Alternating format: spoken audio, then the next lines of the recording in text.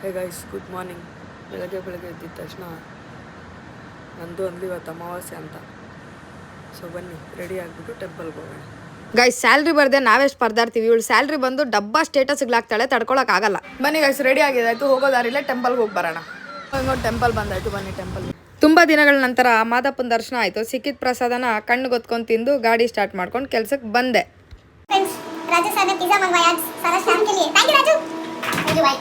ಇವತ್ತಂತೂ ಸಿಕ್ಕಾಪಟ್ಟೆ ಕೆಲಸ ಆಯಿತು. ಟೈಮ್ ಕೂಡ ಇರಲಿಲ್ಲ. ಕೆಲಸ ಮಾಡ್ತಾ ಮಾಡ್ತಾ ಟೈಮ್ ಹೋಗಿದ್ದು ಗೊತ್ತಾಗಿಲ್ಲ. ಟೈಮ್ ನೋಡಿಕೊಂಡು ಬ್ಯಾಗ್ ಎತ್ತಾಕೊಂಡು ಬರ್ತಾ ಇದ್ದೆ. ನಂದು ಪಪ್ಪಾಯ ಬೇಕು ಅಂದ್ಲು. ಅದನ್ನು ಒಂದಿಷ್ಟು ಬ್ಯಾಗಲ್ಲಿ ಹಾಕ್ಕೊಂಡು ಮನೆಗೆ ಬಂದು ಸೇರಿದೆ. ಬಂದಿದ್ದ ತಕ್ಷಣ ಏನಾದ್ರು ಕೆಲಸ ಇದ್ರೆ ಸಿಕ್ಕಾಪಟ್ಟೆ ಇರಿಟೇಷನ್ ಆಗುತ್ತೆ. ಆಚೆನೂ ಕೆಲಸ, ಒಳಗಡೆನೂ ಕೆಲಸ. What is this shit?